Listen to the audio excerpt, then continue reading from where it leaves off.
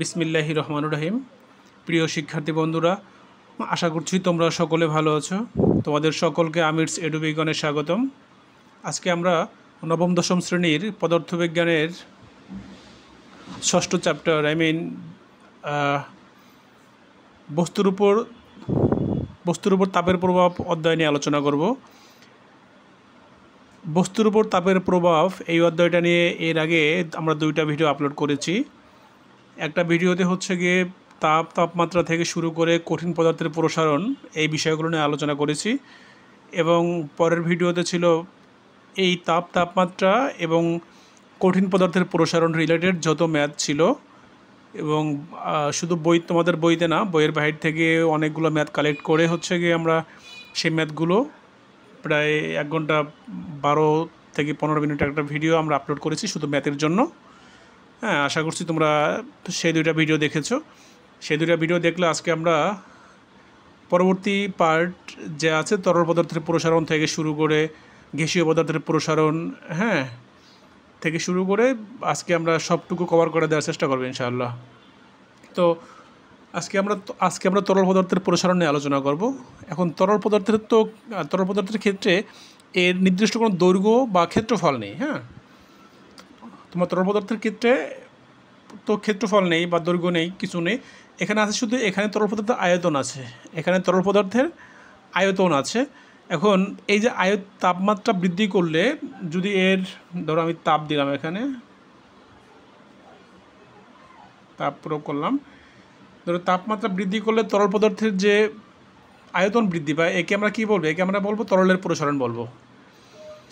কী বলবো? তরল পদার্থে তাপমাত্রা বৃদ্ধি করলে এর আয়তন বৃদ্ধি পায়, একে আমরা তরলের প্রসারণ বলবো।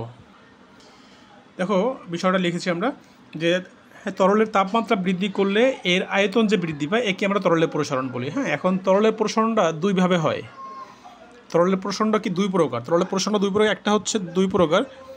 একটা হচ্ছে গিয়ে প্রকৃত প্রসারণ,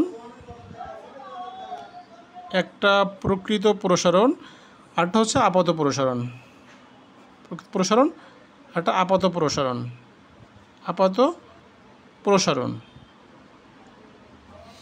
তরলের প্রসারণ দুই প্রকার। তরলের প্রসারণ কি আমার? দুই প্রকার, একটা আপাত প্রসারণ আর একটা প্রকৃত প্রসারণ। এখন এই বিষয়টা দেখি আমরা আপাত প্রসারণ বলতে কি বুঝি আর প্রকৃত প্রসারণটা বলতে কি বুঝি। ধরো আমরা এখানে আমরা দুটি পাত্র ড্রয়িং এঁকেছি।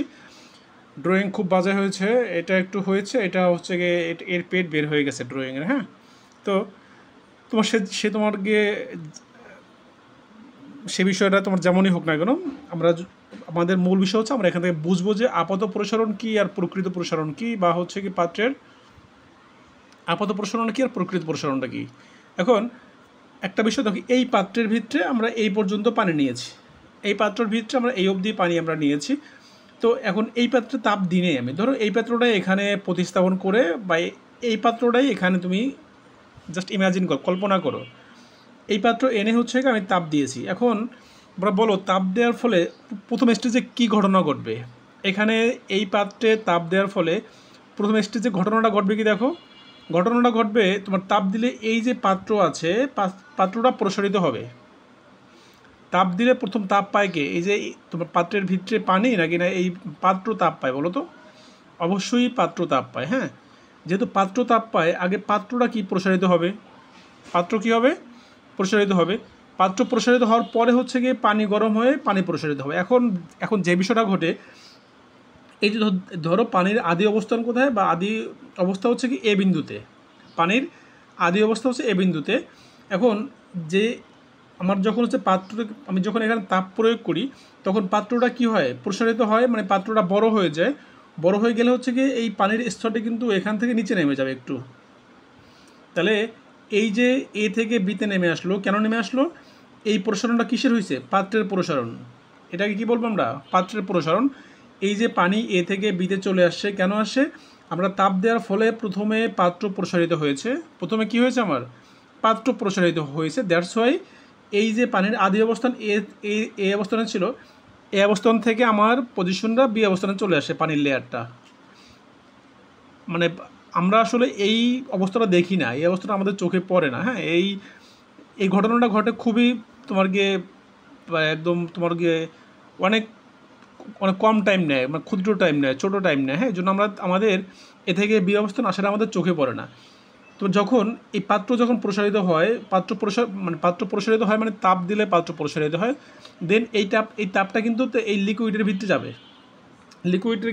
লিকুইডের তাপমাত্রা বৃদ্ধি পেয়ে বি থেকে সিতে চলে আসবে। বি থেকে কি সিতে। তো আমরা আদতে দেখি কি আমাদের চোখে যেটা পড়ে সেটা হচ্ছে কি মনে হয় যে এ থেকে সিতে আসলো, এ থেকে সিতে আসলো, আমাদের বিষয়টা এমন মনে হয়। কিন্তু এখন হয়তো বা তোমাদের বিষয়টা হয়েছে যে হচ্ছে না, তাহলে হচ্ছে কি আমাদের প্রকৃত ঘটনাটা কি এ থেকে বিতে আসবে, বি থেকে পরে তোমার সিতে আসবে। এখন তাহলে এ থেকে বি এর প্রসারণটা কি আমার, এ থেকে বি এর প্রসারণটা হচ্ছে আমার পাত্রের প্রসারণ। এ থেকে বি এর প্রসারণটা কি পাত্রের প্রসারণ। আর আমাদের কাছে যেটা মনে হয় এই যে এ থেকে সি এটা হচ্ছে কি আপাত প্রসারণ। আমার কাছে যেটা মনে হয় যে না আমার পানি ছিল এতে তাপ দেওয়ার ফলে পানি বৃদ্ধি পেয়ে লিকুইডটা বৃদ্ধি পেয়ে সিতে আসে, এটাকে বলা হয় কি আমার আপাত প্রসারণ। ক্লিয়ার? এই বিষয়টা বোধহয় বুঝেছি আমরা। তো হচ্ছে গিয়ে এই যে এ অবস্থান থেকে সি অবস্থানে এইটুকু বৃদ্ধিকে বলা হয় কি আপাত প্রসারণ। আর এ থেকে বিতে আসছে এটা হচ্ছে কি আমার, এটা হচ্ছে আমার পাত্রের প্রসারণ। তাহলে এখন প্রকৃত প্রসারণটা কি দেখো, প্রকৃত প্রসারণ হচ্ছে কি বি থেকে সি পর্যন্ত যেটা আছে এটাই প্রকৃত প্রসারণ। বি থেকে সি পর্যন্ত যেটা আছে এটাই আমার কি প্রকৃত প্রসারণ। আশা করছি বিষয়টা তোমরা বুঝেছো।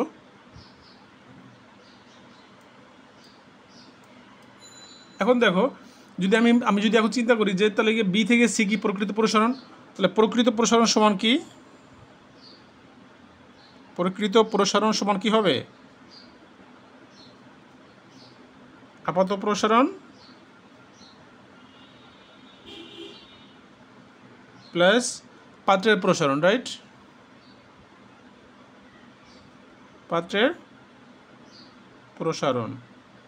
এখন দেখো এখানে পাত্রের প্রসারণ কী ছিল আমার, পাত্রের প্রসারণ ছিল এবি, পাত্রের প্রসারণ কী ছিল আমার এবি।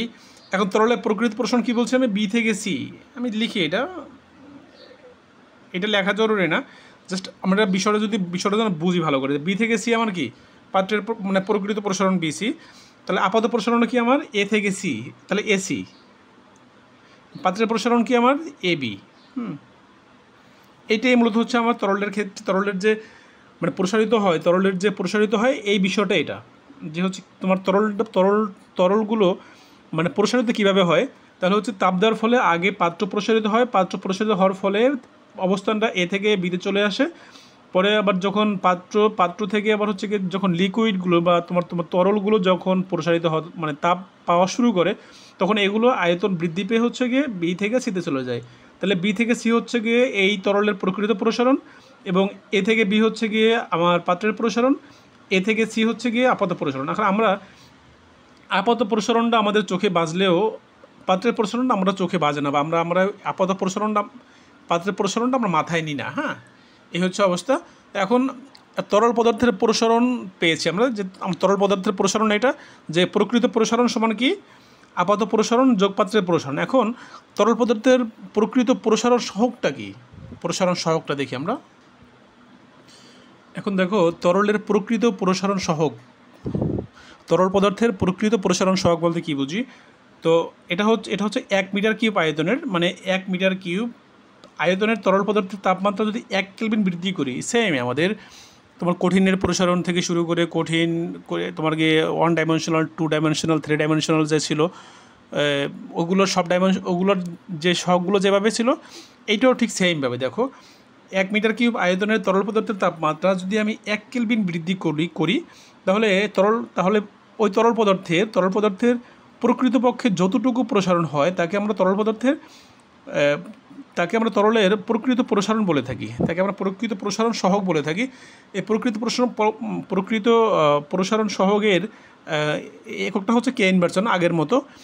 তাই একে আমরা হচ্ছে গিয়ে একে গামা এল দ্বারা প্রকাশ করি, একে আমরা হচ্ছে গিয়ে গামা এল দ্বারা প্রকাশ করি।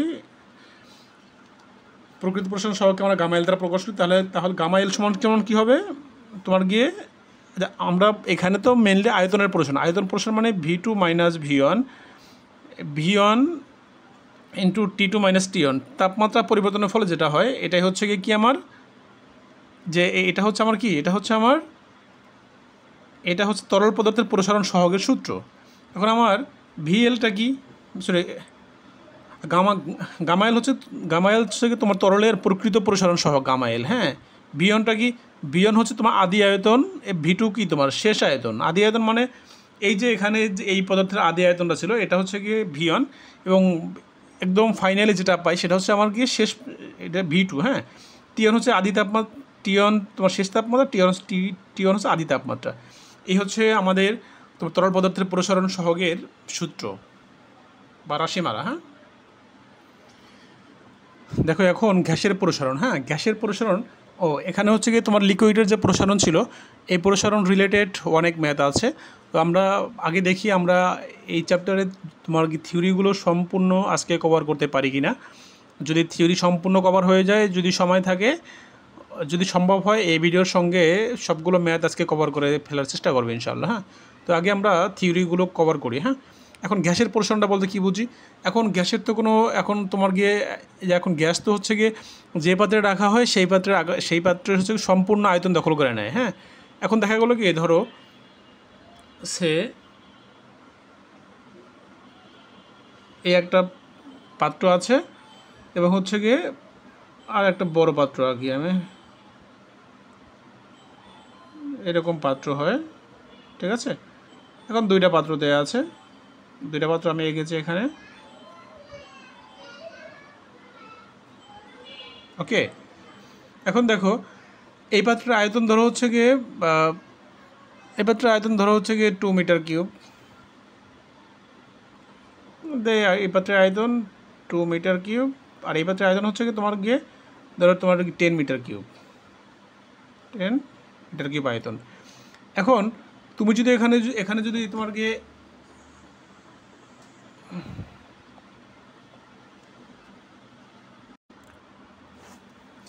এখন যে বিষয়টা হয়েছে এখানে, যেমন হচ্ছে এই পাত্রের আয়তন কত 2 মিটার কিউব। হ্যাঁ, এই পাত্রের আয়তন কত 10 মিটার কিউব।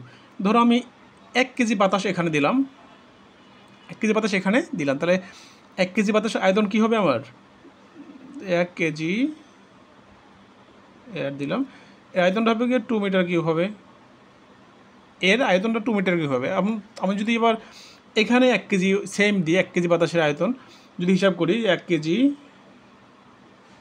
এয়ার, এখানে কিন্তু জায়গা বেশি অনেক, তাও কিন্তু তোমার হচ্ছে গিয়ে 1 কেজি এয়ার কিন্তু তোমার এর আয়তনটা কী হবে 10 মিটার কিউবে হবে। বিষয়টা বুঝো নি, তুমি 1 কেজিকে যে পাত্রে রাখা হবে না কোনো সেই পাত্রের আয়তন দখল করে ফেলবে তোমার। এই যে 1 কেজি ছিল তোমার ছোট্ট একটা পাত্রের ভিতরে রাখছি, ছোট্ট পাত্রের আয়তন দখল করে ফেলছে 1 কেজি বাতাসটা। 1 কেজি বাতাস হচ্ছে কি, তুমি যদি চিন্তা করো যে 10 মিটার কিউব আয়তনের একটা বক্সে রাখবা, সেই 1 কেজি বাতাসটা কিন্তু এর আয়তন 10 মিটার কিউব হয়ে যাবে। মানে তুমি গ্যাসীয়কে যে পাত্রে রাখো না কেন, সেই পাত্রের আয়তন দখল করে ফেলবে, এটাই গ্যাসের বৈশিষ্ট্য। হ্যাঁ, তাহলে তোমার গ্যাসকে যে পাত্রে রাখা হয় সেই পাত্রের আয়তন দখল করে, এটা হচ্ছে গিয়ে কি তোমার, এটা তোমার গ্যাসের প্রপার্টিজ, গ্যাসের বৈশিষ্ট্য, ঠিক আছে। এখন কোনো গ্যাসকে যে পাত্রে রাখা হয় সেই পাত্রের গায়ে তোমার গ্যাস প্রতি একক ক্ষেত্রফলে যে লম্বভাবে যে পরিমাণ বল প্রয়োগ করে তাকে আমরা গ্যাসের চাপ বলি। হ্যাঁ, গ্যাসের চাপ বলতে কী বুঝি, এই যে পাত্রের গায়ে হচ্ছে গিয়ে মানে পাত্রের গায়ে প্রতি একক ক্ষেত্রফলে লম্বভাবে যে বল প্রয়োগ করা হয়, লম্বালম্বি যে বলগুলো প্রয়োগ করা হয়, একে আমরা কী বলবো, যে পরিমাণ বল প্রয়োগ করা হয় তাকে আমরা গ্যাসের চাপ বলবো। হ্যাঁ, তাহলে গ্যাসের চাপ বিষয়টা লিখি আমরা, যেটা বলছিলাম গ্যাসের চাপ বলতে কি বুঝি, কোনো গ্যাসকে যে পাত্রে রাখা হয় সেই পাত্রের গায়ে প্রতি একক ক্ষেত্রফলে, সেই পাত্রের গায়ে গ্যাস প্রতি একক ক্ষেত্রফলে যদি লম্বভাবে যে পরিমাণ বল প্রয়োগ করবে, লম্বলম্বিভাবে যে পরিমাণ বলগুলো প্রয়োগ করবে, সেই পরিমাণ বলকে আমরা কী বলবো, গ্যাসের চাপ বলবো। হ্যাঁ, এখন একটা নির্দিষ্ট তাপমাত্রায় গ্যাসের চাপ তার আয়তনের ব্যস্তানুপাতিক। কী বলছি, যে নির্দিষ্ট তাপমাত্রায় গ্যাসের চাপ নির্দিষ্ট তাপমাত্রা নির্দিষ্ট থাকবে, নির্দিষ্ট তাপমাত্রায় গ্যাসের চাপ হবে গিয়ে তার আয়তনের ব্যস্তানুপাতিক নির্দিষ্ট। এটা তোমরা লিখে নিতে পারো, একটা নির্দিষ্ট তাপমাত্রা গ্যাসের চাপ তার আয়তনের ব্যস্তানুপাতিক। অর্থাৎ তাপমাত্রা স্থির রেখে যদি আমি গ্যাসের আয়তন হ্রাস করলে তাহলে চাপ বৃদ্ধি পাবে। ব্যস্তানুপাতিক মানে কি, একটা বৃদ্ধি করলে অন্যটা কমে যাবে, অন্যটা মানে অন্য কমালে অন্যটা বৃদ্ধি পাবে, মানে একটা বাড়লে একটা কমবে, একটা কমলে অন্যটা বাড়বে। এটা হচ্ছে কি ব্যস্তানুপাতিকের বিষয়। হ্যাঁ, তাহলে অর্থাৎ তোমার একটি তোমার তাপমাত্রা গ্যাসের চাপ ও তার আয়তনের ব্যস্তানুপাতিক। তোমার কি এক নির্দিষ্ট তাপমাত্রায় তো গ্যাসের চাপটা হচ্ছে কি তার আয়তনের ব্যস্তানুপাতিক। তাহলে কি আয়তন যদি আমি হ্রাস করি তাহলে চাপ বৃদ্ধি পাবে, আর আয়তন বৃদ্ধি করলে চাপ হ্রাস পাবে, বিষয় এটা। হ্যাঁ, তাহলে এই বিষয়টা মাথায় রেখো।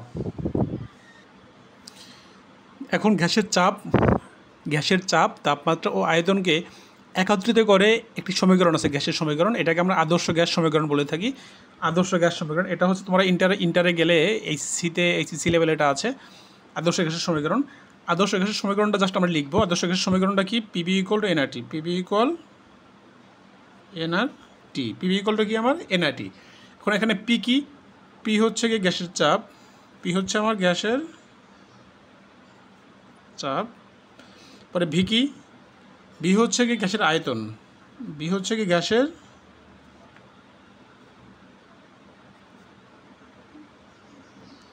আয়তন। এন কি? এন হচ্ছে গিয়ে গ্যাসের মোল সংখ্যা, এন হচ্ছে গ্যাসের মোল সংখ্যা। এন গ্যাসের মোল সংখ্যা। পরে আর কি? আর হচ্ছে মোলার গ্যাস দ্রবক। আর কি? আর হচ্ছে গিয়ে মোলার গ্যাস দ্রবক, মোলার গ্যাস দ্রবক যার এর মান আছে। এর মানটা হচ্ছে আর ইকুয়াল টু আমি লিখতে পারি 8.314 জুল পার মোল পার কেলভিন। এটা কি? এটা হচ্ছে কি তোমার গিয়ে এইটা হচ্ছে আর এর মান। এটা কিসের মান? আর এর মান 8.314 জুল। এটা একক হচ্ছে জুল পার মোল পার কেলভিন, জুল পার মোল পার কেলভিন। ঠিক আছে। এবং আর হচ্ছে টি হচ্ছে কি আমার কেলভিন স্কেলের তাপমাত্রা। টিটা কি আমার? টি হচ্ছে কি আমার কেলভিন স্কেলের তাপমাত্রা। মাথায় রাখবে এটা কেলভিন স্কেলে, কিন্তু কেলভিন স্কেলে তাপমাত্রা টি।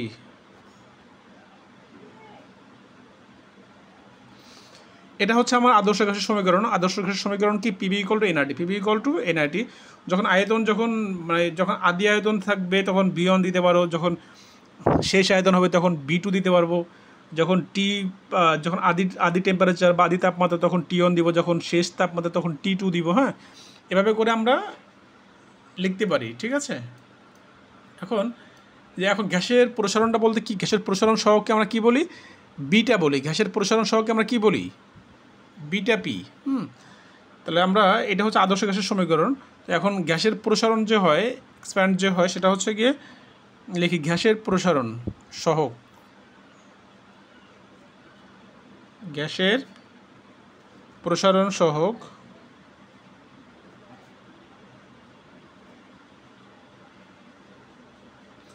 গ্যাসের প্রসারণ সহগ কি?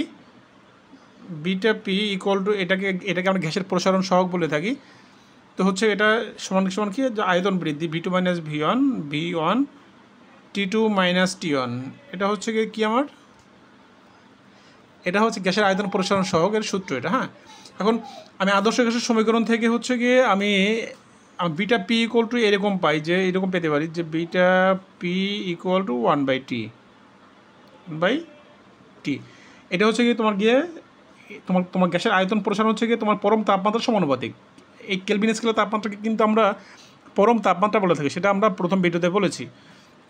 তাহলে এখান থেকে আমরা এই সূত্রে আসতে পারি যে কি তোমার গিয়ে beta P equal to 1/t, মানে তো গ্যাসের প্রসারণ সহগ হচ্ছে গিয়ে পরম তাপমাত্রার সমানুপাতিক। এই পজিশনে আমরা আসতে পারি। তোমরা একটু এটাকে দেখবে যে তোমার তাহলে কি বুঝলাম? গ্যাসের আয়তন প্রসারণ সহগ হচ্ছে গিয়ে পরম তাপমাত্রার সমানুপাতিক। ঠিক আছে।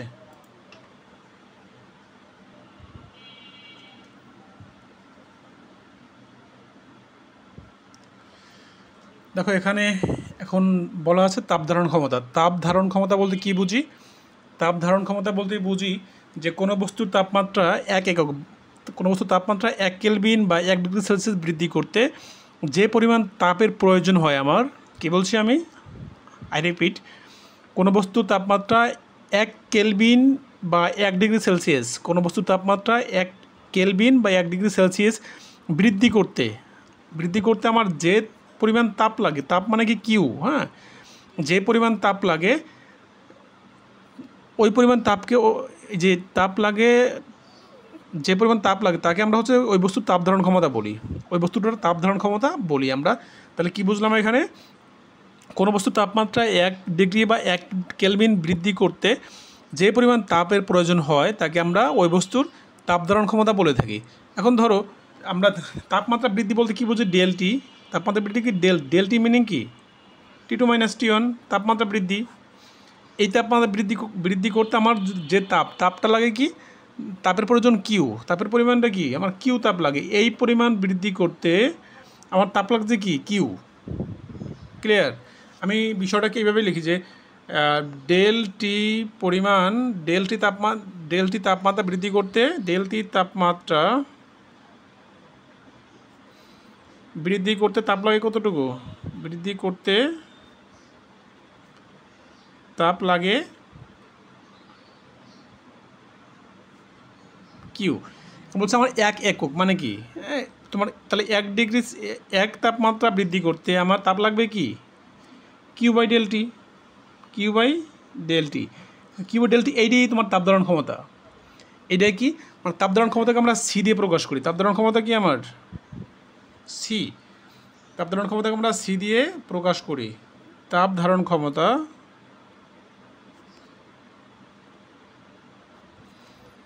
সি, তাহলে সি ইকুয়াল টু কি লিখতে পারি আমি, কিউ বাই ডেলটি মানে কি কিউ বাই T2 - T1। দেখো আমরা তাপ ধারণ ক্ষমতা সমান সি বলি। এখন তাপ ধারণ ক্ষমতা হচ্ছে গিয়ে আমরা বললাম কি যে পরিমাণ তাপমাত্রা পরিবর্তিত মানে হয় যে ডেলটি তাপমাত্রা বৃদ্ধি করতে তাপ লাগে কিউ, তাহলে 1 একক তাপমাত্রা বৃদ্ধি করতে তাপ লাগবে কি কিউ বাই ডেলটি, হ্যাঁ, কিউ বাই ডেলটি।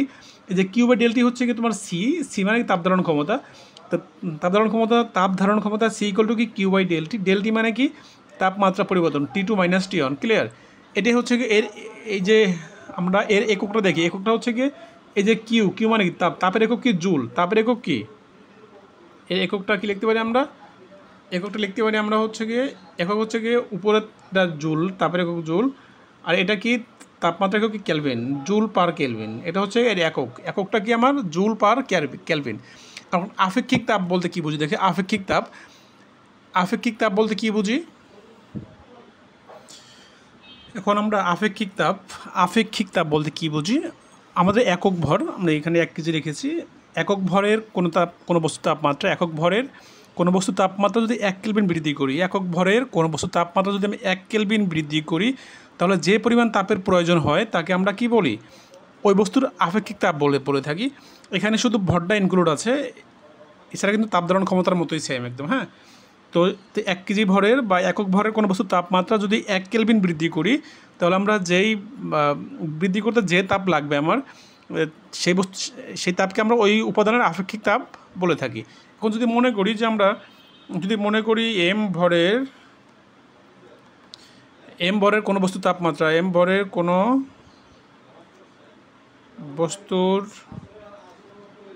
তাপমাত্রা, T1 থেকে T2 T1 হতে T2 পরিমাণ T2তে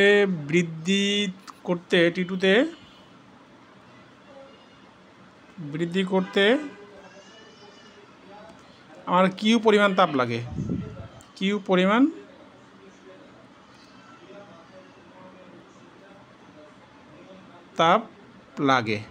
তাপ প্রয়োজন, হ্যাঁ,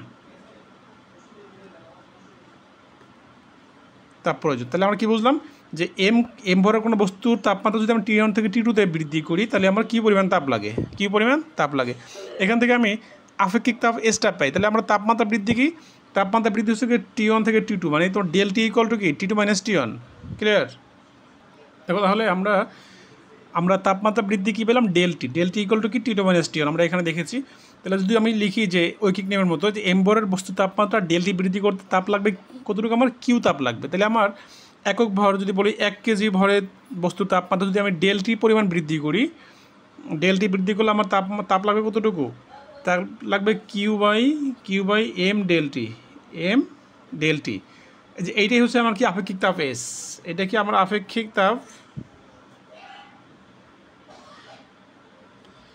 এটাই হচ্ছে আমার আপেক্ষিক তাপ এস, আপেক্ষিক তাপ এস। এটা হচ্ছে Q by M del T, Q by M del T, clear? Q by M del T. এখন এর এই যে আপেক্ষিক তাপ এস এর এককটা কি দেখো তো, এর এককটা কি আমার এককটা হচ্ছে গিয়ে কিউর তো জুল, একক জুল, তাহলে এম এর কত কেজি, তাহলে পার কেজি। এটা কি তোমার তাপমাত্রা কি কেলভিন, পার কেলভিন। এটা আমরা হচ্ছে আপেক্ষিক তাপের সূত্র এটা, এটা হচ্ছে কি এর একক, এককটা কি এককটা হচ্ছে joule per K G per kelvin, joule per K G per kelvin, clear? এখন দেখো আমরা এর আগে আমরা দেখেছিলাম কি আমরা সি ইকুয়াল টু কি তাপ ধারণ ক্ষমতা, সি ইকুয়াল টু কি আমার del Q, C equal to Q by del T, Q by del T. তাহলে আমরা এখান থেকে যদি লিখি আমরা কিউ ইকুয়াল টু কী লিখতে পারি আমরা, সি ডেলটি, সি ডেলটি এটাও আমরা লিখতে পারি, রাইট? এটা কিন্তু লেখা যায় এখান থেকে, কোনাগুণ গুণ করলে এই বিষয়টা আসে। এখন আমি দেখি, এখন এই সি ডেলটিটা, এই যে Q equal to C del T এখানে বসাই দিই আমি, হ্যাঁ? কিউ ইকুয়াল টু কি আমার সি ডেলটি, এই সমীকরণ বসাই। তাহলে আমার আপেক্ষিক তাপ এস ছিল, এস ইকুয়াল টু কী ছিল আমার কিউ বাই এম ডেলটি। এই জায়গায় আমি হচ্ছে কি কিউর স্থলে আমি হচ্ছে কী বসাবো, এই যে কিউর স্থলে কিউ ইকুয়াল টু আমি যে এখান থেকে আপেক্ষিক তাপ ধারণ ক্ষমতা, তাপ ধারণ ক্ষমতা সি থেকে আমি পেলাম যে Q equal to C del T, এইটা হচ্ছে কিউর জায়গায় বসাই আমি, সি ডেলটি বসালাম আমি, নিচে কি এম ডেলটি। তো এই ডেলটা যদি কেটে যায় কী থাকে এখানে, সি বাই এম থাকে। তাহলে আমার বা আমি এস, সুতরাং এস সমান সমান আমি কী লিখতে পারি, আমি এখানে দেখো এস সমান সমান আপেক্ষিক তাপ এস ইকুয়াল টু আমি লিখতে পারি আমি সি বাই এম, আমি এটাও লেখা যায়, বা C equal to S M এটাও লেখা যায়, সি ইকুয়াল টু বা C equal to S M এটাও লেখা যায়, ক্লিয়ার? আমাদের এই তাপ ধারণ ক্ষমতা, আপেক্ষিক তাপ, এগুলো দিয়ে অনেক অঙ্ক আছে, অনেক সমস্যা আছে আমাদের সামনে। আমরা এই সূত্রগুলো বিভিন্নভাবে ইউটিলাইজ করে আমরা হচ্ছে গিয়ে সমাধান করার চেষ্টা করবো অঙ্কগুলো, হ্যাঁ? এই জন্য আমাদের সূত্রগুলোকে ভালো করে মাথায় রাখতে হবে, ক্লিয়ার? কোত্থেকে কে আসছে বা আমাদের কনভার্টটা কীভাবে করেছি, এই বিষয়গুলো একটু মাথায় রাখবে, হ্যাঁ? এবং দেখো এস ইকুয়াল টু কী ছিল আমার কিউ এম ডেলটি, হ্যাঁ? এখান থেকে আমি কী লিখতে পারি, এখান থেকে আমি কিউ ইকুয়াল টু যদি লিখি, কিউ ইকুয়াল টু কী হয় M S del T, M S del T লেখা যায়। দেখো তো কোনাগুণ গুণ করলে এম এস ডেলটি এটাও লেখা যায়। তাহলে কিউ মানে কি, কিউ মানে হচ্ছে কি আমার তাপ, এটা তো গৃহীত তাপ হতে পারে, বর্ধিত তাপ হতে পারে, হ্যাঁ? তাপটা হচ্ছে কি ভর, আপেক্ষিক তাপ ও তাপমাত্রার পার্থক্যের গুণফল হলো কি আমার বর্ধিত তাপ বা গৃহীত তাপ বা তাপ, কিউ ইকুয়াল টু তাপ, হ্যাঁ? তাপ হচ্ছে কি আমার ভর, আপেক্ষিক তাপ এবং তাপমাত্রার পার্থক্যের গুণফল, ঠিক আছে? তাহলে রিলেটেড অনেকগুলো ম্যাথ আছে আমাদের, আমরা ম্যাথগুলো আগে বলেছি যে আমি ম্যাথগুলো করবো, সেটা হচ্ছে আমাদের হচ্ছে গিয়ে আগে থিওরিগুলো শেষ করি, থিওরিগুলো শেষ করার পর আমরা হচ্ছে গিয়ে ম্যাথগুলো করার চেষ্টা করবো ইনশাআল্লাহ, ঠিক আছে? দেখো আমরা ক্যালোরিমিতি বিষয়টা একটু ভালোভাবে দেখি। ক্যালোরিমিতি বিষয়টা, ধরো এটা একটা বস্তু, এটা একটা বস্তু, এটা বস্তুর ভর এম1 ধরলাম আমি, এম1 বস্তু, এটা বস্তুর ভর m2 বস্তু, হ্যাঁ? এর আপেক্ষিক তাপ হচ্ছে গিয়ে S1, এর আপেক্ষিক তাপ কি আমার S2, ক্লিয়ার? এখন ধরো এর তাপ বেশি, এর তাপ কম, এর তাপ বেশি, এর তাপ কম। তাহলে আমি এখানে একটা সংযোগ দিয়ে দিলাম, কী দিয়ে দিলাম, দুটোর ভিতরে সংযোগ দিলাম। এখন বিষয়টা কি আমার এর তাপ কিন্তু কম, M1 বস্তুর তাপ কম, M2 বস্তুর তাপ বেশি। তাহলে এখন ঘটনাটা ঘটবে কি দেখো, তাপ কিন্তু তোমার গিয়ে যাবে এখান থেকে, তাপ এখানে যাবে, তাপ কী করবে, তাপ যাবে। তাপ কতক্ষণ অবধি যাবে, যতক্ষণ হচ্ছে গিয়ে ধরো এর তাপ আর এর তাপ ইকুয়াল না হবে। কি হবে, ফার্স্ট বিষয়টা কি আমার যে এর তাপ বেশি ছিল, এই M1 বস্তুর ভর, M1 বস্তুর তাপ বেশি ছিল, M2 বস্তুর তাপটা কী ছিল আমার কম ছিল। তো M2 বস্তু আর M1 বস্তুকে আমি যদি সংযোগ করে দিই তাহলে বিষয়টা ঘটবে কি, আমার তাপ M1 বস্তু থেকে তাপ আমার M2 বস্তুতে যাবে। কতক্ষণ পর্যন্ত যাবে? যতক্ষণ না এরা তাপ কি হয়, তাপ সমান হয়, দুজনের তাপ কি হয়, সমান হয়। তাহলে কি আমার তাপ কি হবে, আমার এই হাই টেম্পারেচার থেকে আমার লো টেম্পারেচার দিকে তাপটা যাবে। ক্লিয়ার? এটা হচ্ছে কি ফার্স্ট কথা, যে হাই টেম্পারেচার থেকে লো টেম্পারেচার তাপ যাবে। কতক্ষণ তাপ যাবে? যতক্ষণ এরা দুজন কি হয়, ইকুয়াল না হয়, সমান না হয়। ক্লিয়ার? এই বিষয়টা বুঝেছি। এখন ধরো আমার এখানে কি M1 টেম্পারেচার T, ধরো T1 হচ্ছে গিয়ে বেশি T2 থেকে। T1 কি বেশি কি থেকে? T2 থেকে। T1 অবশ্যই বেশি। আমার এখানে দেখো আমার কি, এখানে আমার T1 অবশ্যই বেশি কিয়ের থেকে, T2 থেকে। ক্লিয়ার? এখন একটা স্টেজে ধরো আমরা যখন এটা সংযোগ করে দিলাম, এর কিছুক্ষণ পর আমার হচ্ছে গিয়ে যখন তাপ সমান হয়ে গেলো, তাহলে ঘটনাটা ঘটলো কি, আমার দেখো এটা T হয়ে গেল। তোমার তাপমাত্রা কি, এটা T, তাপমাত্রা কী হলো, T, মানে তোমার ইকুয়াল হয়ে গেছে, তাপমাত্রা সমান হয়ে গেছে। এখন আর কি তাপ যাচ্ছে না, এখন আর তাপ কী হচ্ছে না, এখন আর তাপ যাচ্ছে না। এখন দেখো সেক্ষেত্রে এই যে এটা ছিল, এটার নাম যদি T1 দিই আমি, T1 তাপমাত্রা, এটা যদি T2 তাপমাত্রা হয়, তাহলে এই T1 তাপমাত্রা থেকে কিন্তু তাপ কমেছে, কমে গিয়ে কী হয়েছে, T1 হয়েছে। দেখো একটু ভালো করে বিষয়টা দেখো, তাহলে তোমার ক্যালোরিমিতি নিয়ে যত অঙ্ক আছে কোনো অঙ্কে তোমাদের সমস্যা আশা করি হবে না। তো দেখো এই যে আমার T1 তাপমাত্রা ছিল, T1 থেকে কিন্তু কমে T2-তে চলে গেছে। এখন কতক্ষণ অবধি গেছে, যতক্ষণে এরা সমান হয়েছে। সমানটাকে মনে করলাম যে টি অবস্থা কি, আমার টি অবস্থা টেম্পারেচার সমান আমার। তাহলে এখন দেখো T1 থেকে T2, যদি T1 থেকে যদি আমি T চিন্তা করি, তাহলে কি আমার T1 টেম্পারেচার কিন্তু বেশি ছিল। তাহলে আমার যদি বলি গিয়ে T1 থেকে T1 হচ্ছে T এর থেকে কি বড় ছিল। আবার এই দেখ T2 কিন্তু এই T2 এর তাপ কিন্তু কম ছিল। T2 এর তাপ কী ছিল, কম ছিল, টেম্পারেচার কম ছিল। এটা কিন্তু তাপ গ্রহণ করে কিন্তু এটা কী হচ্ছে, T1 হয়েছে, T হয়েছে। হ্যাঁ, তাহলে আমার T2 অবশ্যই বড় কী থেকে, আমার T2 বড় কী থেকে, সরি আমার T2 ছোট T থেকে। T2 আমার T বড়, T এর তাপমাত্রাটা বড়। আমি যদি এইভাবে লিখি যে হচ্ছে কি T এর থেকে আমার T1 বড়, T থেকে T1 বড়, এবং T2 থেকে T ছোটো, T বড়, এভাবে লিখতে পারি। দেখো আমি হচ্ছে কি তোমার T1টা অবশ্যই কী ছিল, Tটা হচ্ছে ইকুয়াল তাপমাত্রা। এটা কি আমার ইকুয়াল তাপমাত্রা হচ্ছে গিয়ে T1 থেকে অবশ্যই তোমার ছোটো, এবং ইকুয়াল মানে কি T1 থেকে T2-তে তাপ গেছে। তাহলে এটা হচ্ছে গিয়ে T1 থেকে T2-তে গেছে, তাহলে গিয়ে T2-তে যে হচ্ছে গিয়ে T2 থেকে কিন্তু তাপ বৃদ্ধি পেয়ে T হয়েছে, মানে এখানে তাপ কিন্তু গ্রহণ করছে। এটা কি তোমার এখানে কন্ডিশন, এখানে বিষয়টা ঘটছে কি, তাপ গ্রহণ হয়েছে এখানে।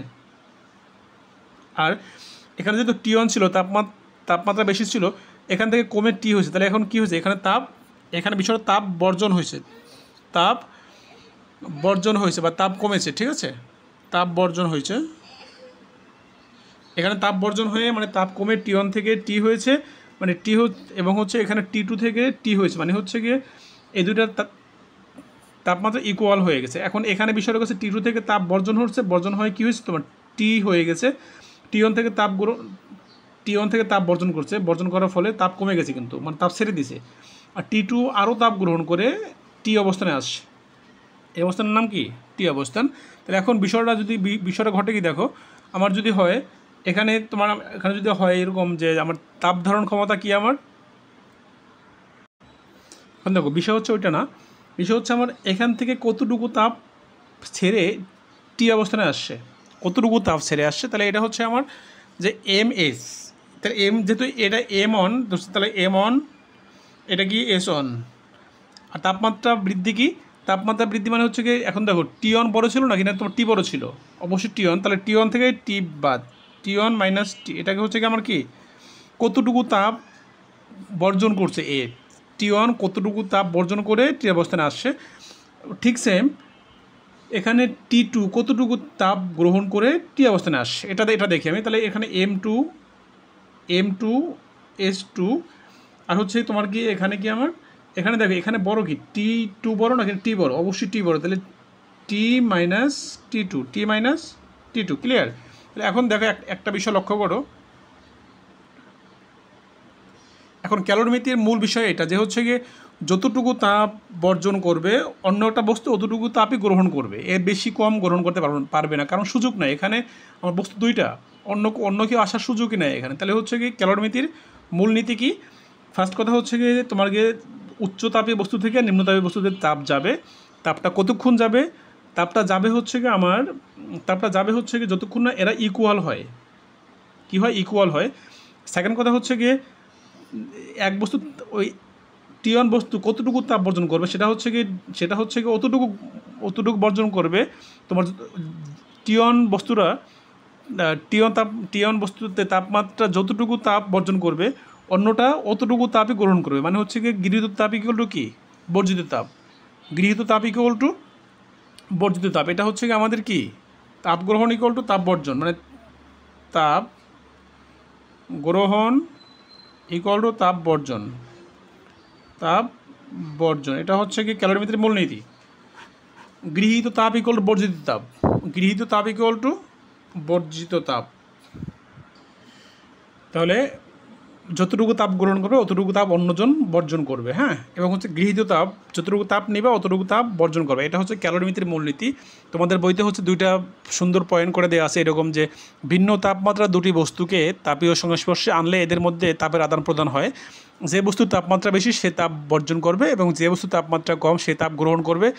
যতক্ষণ পর্যন্ত উভয় তাপমাত্রা সমান না হয় ততক্ষণ পর্যন্ত তারা তাপ আদান প্রদান চলবে। ওকে, এটা আমরা অলরেডি এখানে বলেছি, তোমাদের বইয়েরটা পড়লাম আমি মাত্র। যদি অন্য কোনোভাবে তাপ নষ্ট না হয় তবে বেশি তাপমাত্রার বস্তুগুলো যে পরিমাণ তাপ বর্জন করবে কম তাপমাত্রার বস্তু সেই পরিমাণ তাপ কি গ্রহণ করবে। এটাই হচ্ছে গিয়ে ক্যালোরিমিতির মূলনীতি। তাপ যদি অন্য কোথাও যদি ওয়েস্ট না হয় তাহলে হচ্ছে গিয়ে বেশি তাপমাত্রার বস্তু এই বস্তুটা যতটুকু তাপ বর্জন করবে এই বস্তুটা ঠিক ততটুকু তাপই গ্রহণ করবে। এটাই হচ্ছে গিয়ে তোমার ক্যালোরিমিতির মূলনীতি। আশা করছি ক্যালোরিমিতির মূলনীতিটা খুব ভালোভাবে বুঝেছো। দেখো আমরা পদার্থের অবস্থার পরিবর্তনে তাপের প্রভাব এই বিষয়টা আমরা গ্রাফের মাধ্যমে আজকে আমরা আলোচনা করব ইনশাআল্লাহ। তো এই গ্রাফটা খুবই ইম্পর্টেন্ট, খুবই গুরুত্বপূর্ণ, তোমরা একটু মনোযোগ সহকারে দেখিও। আশা করছি আজকের পর এই গ্রাফটা নিয়ে গ্রাফ রিলেটেড যত সমস্যা বা প্রবলেম আছে, অঙ্কগুলো যা আছে আমাদের কোনো অঙ্কে বা গ্রাফ রিলেটেড কোনো কোশ্চেনে তোমাদের সমস্যা হবে না আশা করি। একটু মনোযোগ সহকারে দেখিও। তো এই গ্রাফটা হচ্ছে গিয়ে temperature versus time graph.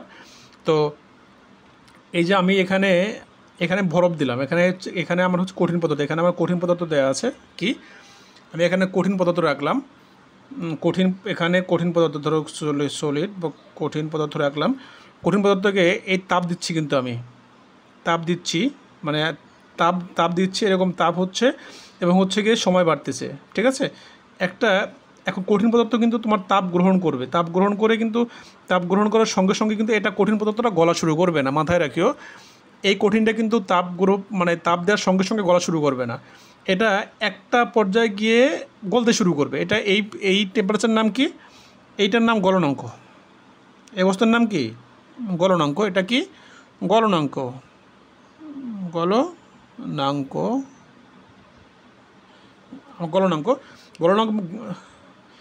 Meaning কি? যে তাপমাত্রায় কঠিন পদার্থ গলতে শুরু করে তাকে আমরা গলনাঙ্ক বলি। তাহলে হচ্ছে কি, দেখো এই সলিডটা এই কঠিন যে ছিল, কঠিন বস্তুটা কিন্তু এখান থেকে তাপ নিয়েছে, তাপ নিতে এমন একটা পর্যায়ে গেছে, এই পর্যায়ে গিয়ে এ গলতে শুরু করছে। এখান থেকে কিন্তু এই পর্যন্ত শুধু তাপ নিয়েছে, যেই তাপমাত্রায় গলতে শুরু করছে এই তাপমাত্রার নাম কি? এই অবস্থাকে বলি গলনাঙ্ক। এটা কি বলি আমরা? গলনাঙ্ক। এখন দেখো এখানের পরে আমরা কিন্তু তাপ কিন্তু এখানে সময় যাচ্ছে কিন্তু আমার তাপ বাড়তেছে না। দেখো তাপ কি বাড়তেছে? আমাদের তাপমাত্রা বাড়তেছে না। এখন দেখো আমি কিন্তু তাপ কিন্তু ঠিকই দিচ্ছি, তাপটা হচ্ছে কি, তাপ দেওয়া মানে হচ্ছে তাপ এরকম গ্রাফটা উপরের দিকে ওঠার কথা, কিন্তু আমার উপরের দিকে উঠতেছে? আমার কিন্তু এই একদম মানে প্যারালালি যাচ্ছে, আমার সমান্তরালে যাচ্ছে। তাহলে তাপ দিচ্ছি মানে হচ্ছে তাপটা হচ্ছে গিয়ে উপরের দিকে যাওয়া উচিত ছিল, কিন্তু যাচ্ছে না কেন?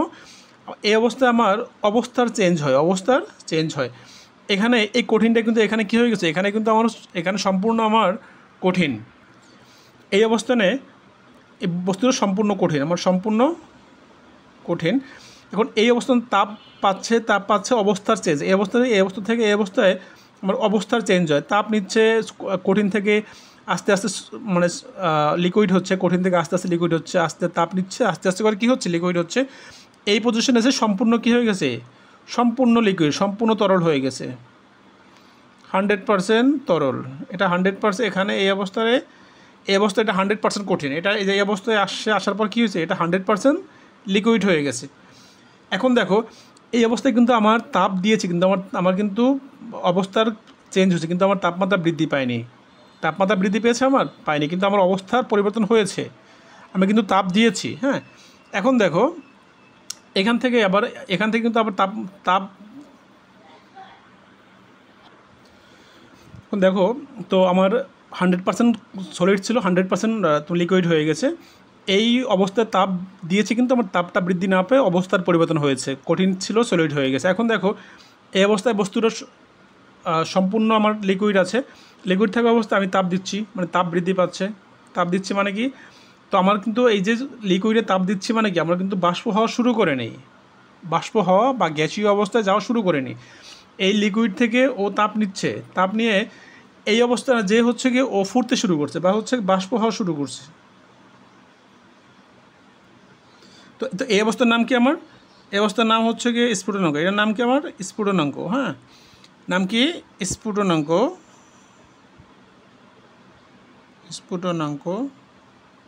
স্ফুটনাঙ্ক, ঠিক আছে।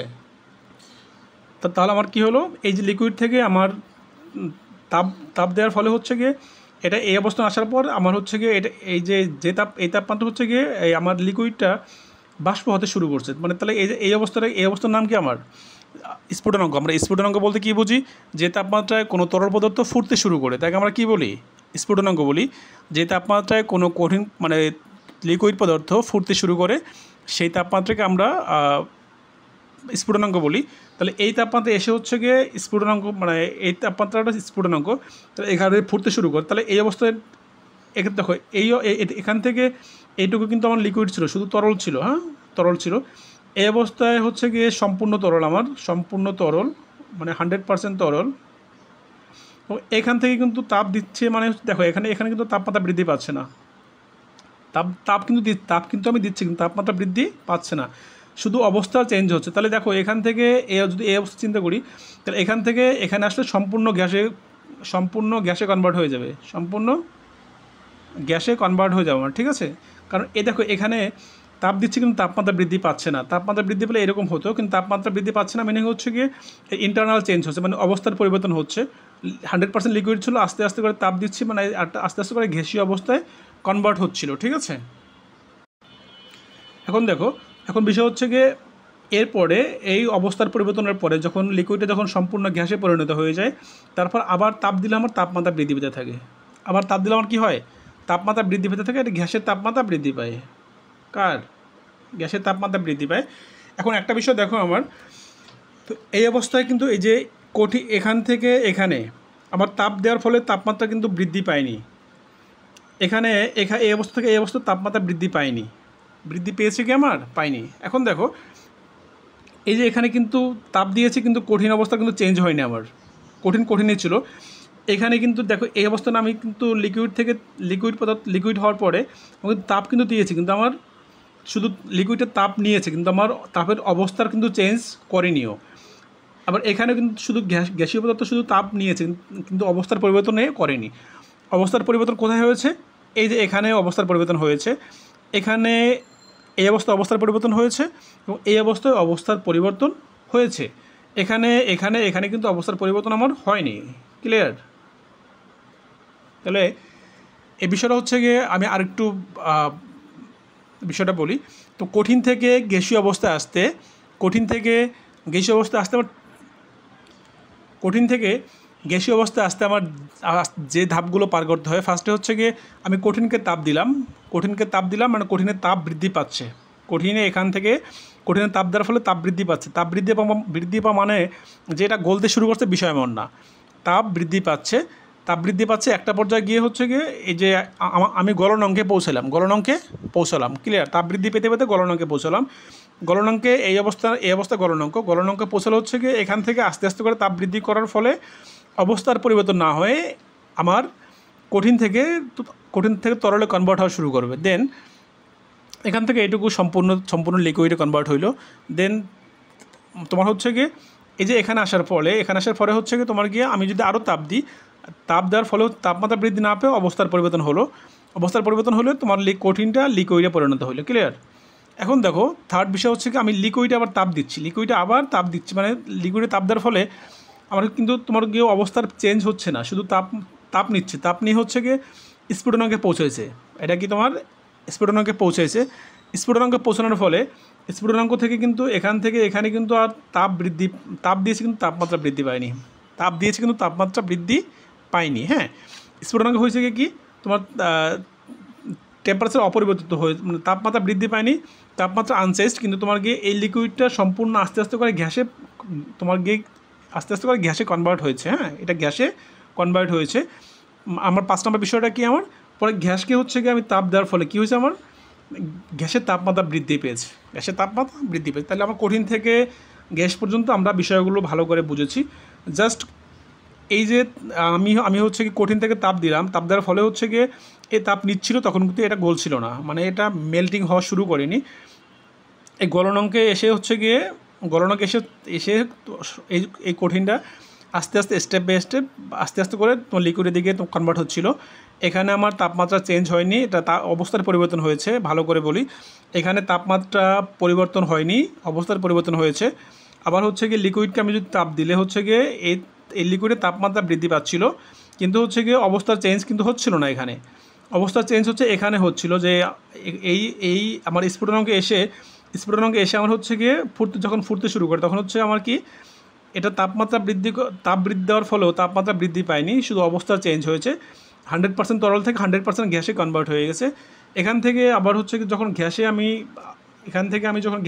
গ্যাসকে তাপ দিলাম, গ্যাস শুধু তাপ নিল, গ্যাস তাপমাত্রা বৃদ্ধি করলো, কিন্তু হচ্ছে কি অবস্থা চেঞ্জ করেনি।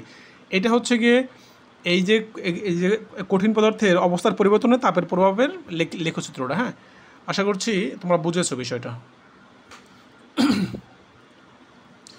আমরা এখন সুপ্ত তাপ ও আপেক্ষিক সুপ্ত তাপ নিয়ে আলোচনা করব। সুপ্ত তাপ বলতে কী বুঝি আমরা, আপেক্ষিক তাপ বলতে বুঝি দেখি আপেক্ষিক তাপ বলতে বুঝি এই অবস্থায় যে তাপের পরিবর্তন, এটাকে আমরা বলি আপেক্ষিক তাপ। ঠিক আছে, এই যে এই অবস্থাটা আছে, এই অবস্থায় যে তাপ দেওয়ার ফলে তাপমাত্রা বৃদ্ধি পেয়েছে, এটাকে বলবো আমরা কি আপেক্ষিক তাপ। কিন্তু আমরা সুপ্ত তাপ বলতে কী বুঝি, দেখো এই কঠিন পদার্থকে তাপ দেওয়ার ফলে কিন্তু এর তাপ দিয়েছে, কিন্তু তাপমাত্রা বৃদ্ধি পায়নি। এখান থেকে এখানে তাপ দিয়েছে কিন্তু তাপমাত্রা বৃদ্ধি পায়নি।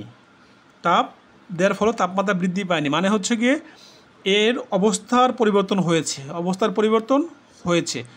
যদি কোনো কঠিন পদার্থের তাপমাত্রা তার গলনাঙ্কে স্থির রেখে, এটা কিন্তু আমার গলনাঙ্ক স্থির রেখে এই যে কঠিন পদার্থকে সম্পূর্ণ তরলে পরিণত করতে যে পরিমাণ তাপ লাগে তাকে আমরা সুপ্ত তাপ বলি। আমরা সুপ্ত তাপ বিষয়টা আসি দেখি। হ্যাঁ, সুপ্ত তাপ বিষয়টা বলতে কী বুঝি আমি লিখলাম, আমি কোনো কঠিন পদার্থের তাপমাত্রা কোনো কঠিন পদার্থের তাপমাত্রা স্থির রেখে তাকে সম্পূর্ণ তরলে অথবা সম্পূর্ণ গ্যাসে, এখন সম্পূর্ণ তরলে মানে কঠিন থেকে তরলে এবং তরল থেকে গ্যাসে, কিন্তু আবার কঠিন থেকে আবার গ্যাসে না, কিন্তু তাহলে ওইটা হচ্ছে কি ঊর্ধ্বপতন হয়ে যাবে। ঠিক আছে, তো কোনো কঠিন পদার্থের তাপমাত্রা, কঠিন বা তরল পদার্থের তাপমাত্রা স্থির রেখে তাকে সম্পূর্ণ তরলে অথবা গ্যাসে পরিণত করতে যে তাপের প্রয়োজন হয় তাকে আমরা ওই পদার্থের সুপ্ত তাপ বলি। তো হচ্ছে দেখো এখান থেকে কঠিন থেকে তরলে পরিণত করতে যে তাপ লাগছে এই তাপটাই কি আমার সুপ্ত তাপ, বা তরল থেকে গ্যাসে পরিণত করতে যে তাপ লাগছে, কিন্তু দেখো তাপ দিয়েছে কিন্তু তাপের পরিবর্তন হয়নি, এই জন্য বলছে তাপমাত্রা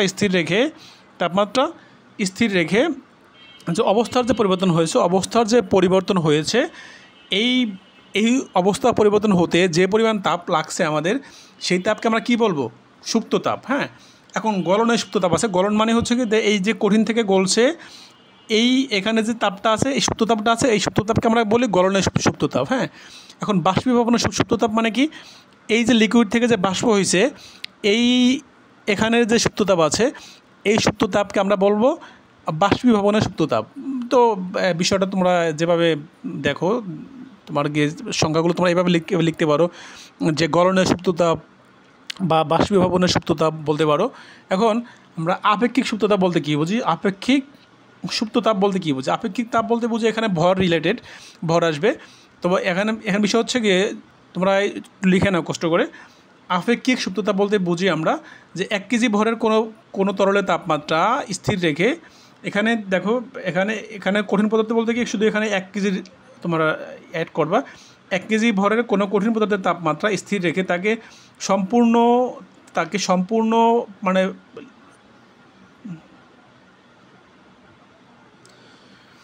1 কেজি ভরের কঠিন পদার্থের তাপমাত্রা স্থির রেখে তাকে সম্পূর্ণ তরলে অথবা গ্যাসে পরিণত করতে যেই তাপের প্রয়োজন হয় তাকে আমরা কি বলবো? তাকে আমরা বলবো কি হচ্ছে কি আপেক্ষিক তাপ। সেটা গলনের হতে পারে, সেটা স্ফুটনাঙ্কের হতে পারে। ঠিক আছে? তো হচ্ছে কি আমরা এখন বরফের আপেক্ষিক সুপ্ত তাপ হচ্ছে গিয়ে বরফের আপেক্ষিক সুপ্ত তাপ হচ্ছে গিয়ে বরফের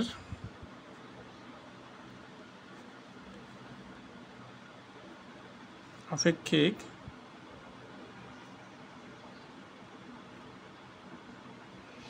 সুপ্ত তাপ হলো এটা তোমার গলনের। হ্যাঁ, এটা তোমার গলনের 336 জুল পার কেজি। এটা হচ্ছে কি তোমার গিয়ে বরফের গলনের আপেক্ষিক সুপ্ত তাপ। হ্যাঁ, এটা তোমাদের লাগবে। এখন পানির তোমার হচ্ছে কি তোমার পানির বাষ্পীভবনের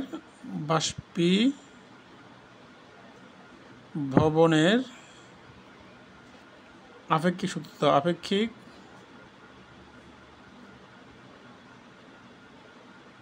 সুপ্ত তাপ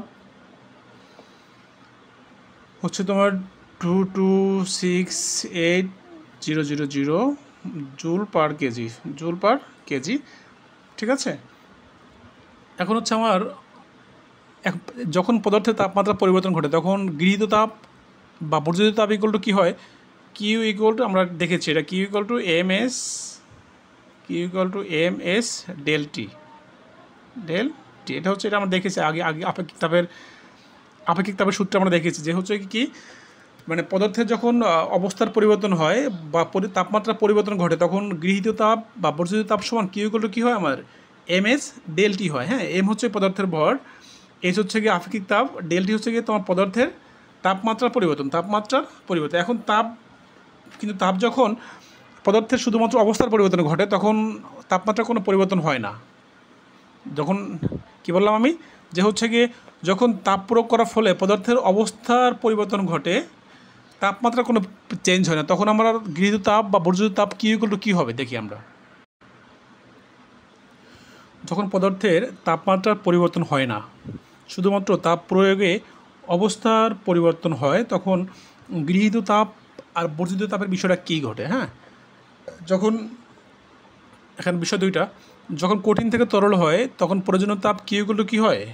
কিউ ইকুয়াল টু হচ্ছে গিয়ে MLF।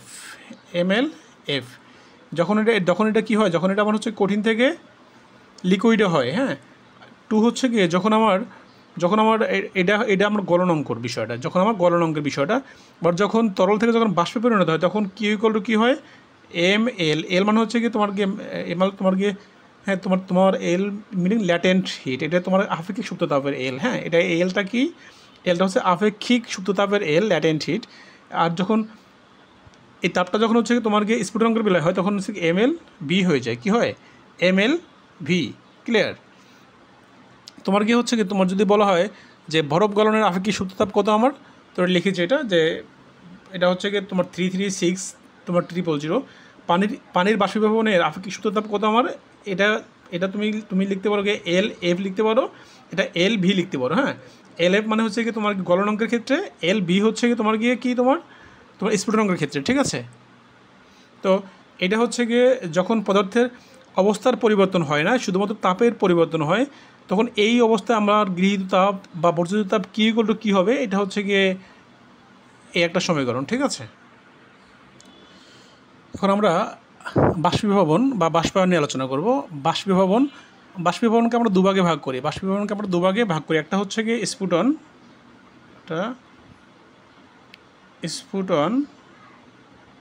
আরেকটা কি স্ফুটনাঙ্ক, আরেকটা কি বাষ্পায়ন, আরেকটা কি বাষ্পায়ন। বাষ্পীভবনকে দুভাগে ভাগ করে, একটা স্ফুটন আর একটা কি তোমার বাষ্পায়ন। হ্যাঁ, বাষ্পায়ন। এখন আমরা স্ফুটন বলতে কী বুঝি? স্ফুটন বলতে বুঝি আমরা যে তাপ প্রয়োগ করার ফলে এক নির্দিষ্ট তাপমাত্রা তরলের সকল স্থান থেকে দ্রুত বাষ্পে পরিণত হওয়াকে আমরা স্ফুটন বলি। কি বলি আমরা? তো তাপ প্রয়োগ করার ফলে যখন হচ্ছে গিয়ে একটি নির্দিষ্ট তাপমাত্রা তরলের সকল স্থান থেকে দ্রুত বাষ্পে পরিণত হওয়া শুরু করে, এটাকে স্ফুটন বলি। মানে যে স্ফুটনাঙ্ক যেটা বলি, যে তাপমাত্রায় তরলের স্ফুটন হয় তাকে স্ফুটনাঙ্ক বলি। কিন্তু স্ফুটন বিষয়টা হচ্ছে গিয়ে যে আমরা এখানে বললাম যে এখান থেকে দেখি আমরা, এই যে এখান থেকে কিন্তু আস্তে আস্তে কিন্তু তোমার গিয়ে বাষ্প হওয়া শুরু করছে, মানে এই তাপমাত্রা থেকে কিন্তু এটা স্ফুটন শুরু হয়েছে। স্ফুটন এখান থেকে তরলের সব জায়গা থেকে বাষ্প হওয়া শুরু করছে, তাহলে এটাকে আমরা কী বলবো? এটা হচ্ছে আমাদের স্ফুটন মানে কি? তাপ প্রয়োগ করার ফলে এক নির্দিষ্ট তাপমাত্রা তরলের সকল স্থান থেকে দ্রুত বাষ্পে পরিণত হওয়ার ঘটনাকে আমরা কী বলি? স্ফুটন বলি, ঠিক আছে। কী বলি আমরা? স্ফুটন বলি। আর যে তাপমাত্রায় হচ্ছে গিয়ে তরলের স্ফুটন হয়, সেই তাপমাত্রাকে আমরা স্ফুটনাঙ্ক বলি। এটা আমরা সবাই জানি। যে তাপমাত্রায় তরলের স্ফুটন হয় সেই তাপমাত্রাকে আমরা কী বলি? স্ফুটনাঙ্ক বলি। ক্লিয়ার? আর বাষ্পায়ন বলতে কী বুঝি? স্ফুটন বিষয় হচ্ছে গিয়ে যে স্ফুটন বিষয়টা তরলের সকল জায়গা থেকে যদি বাষ্প হওয়া শুরু করে, এটাকে আমরা কী বলবো? এটাকে আমরা বলবো কি স্ফুটন বলতে কী বুঝি? তোমার নির্দিষ্ট তাপমাত্রা তরলের সকল স্থান থেকে বাষ্পে পরিণত হওয়াকে আমরা স্ফুটন বলি। তরলের সকল জায়গা থেকে বাষ্প হতে হবে। আর বাষ্পায়ন বলতে কী বুঝি? বাষ্পায়ন বলতে বুঝি যে তোমার যে কোনো তাপমাত্রা তরলের শুধু উপরিপৃষ্ঠ মানে ধরো হচ্ছে গিয়ে এই পাত্র আমি রাখলাম, পাত্রের হচ্ছে গিয়ে এইগুলো পানি আছে, পাত্রের ভিতরে পানি আছে। এখন একটা তাপের ফলে এই পাত্রের উপরের অংশ থেকে তোমার বাষ্প হওয়া শুরু করতেছে।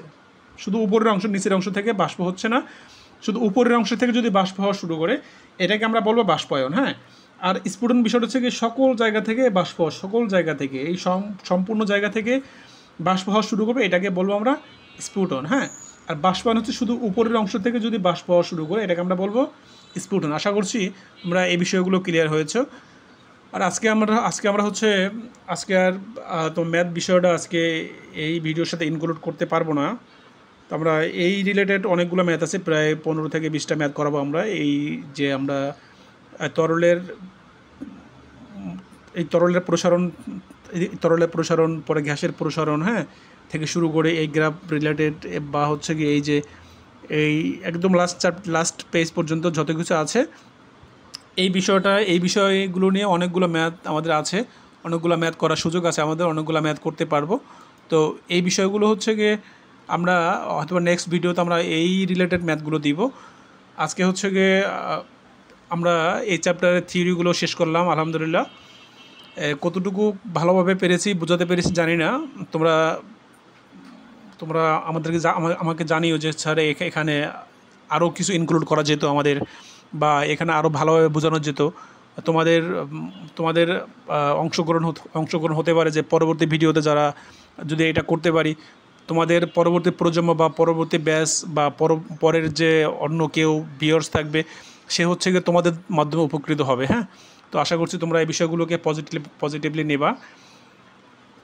আর হচ্ছে গিয়ে আর চ্যানেলের যে কোনো সমস্যা আমাকে জানিও। আমি হচ্ছে গিয়ে আমার মতো করে আমি যতটুকু সম্ভব আমি এগুলো সলভ করার চেষ্টা করব। আর তোমাদের যদি কোনো রিকোয়ারমেন্ট থাকে যে স্যার এইভাবে ভিডিওগুলো দিয়েন বা এই রিলেটেড ভিডিও দেন বা সম্পূর্ণ একটা ভিডিওতে নিয়ে আসেন, সে হচ্ছে আমাকে বললে আমি সেভাবে করে করার চেষ্টা করব। তো আজ আর না, আমার জন্য দোয়া করিও, তোমাদের সকলের জন্য দোয়া রইল। আল্লাহ হাফিজ। আসসালামু আলাইকুম ওয়া রাহমাতুল্লাহি ওয়া বারাকাতুহু।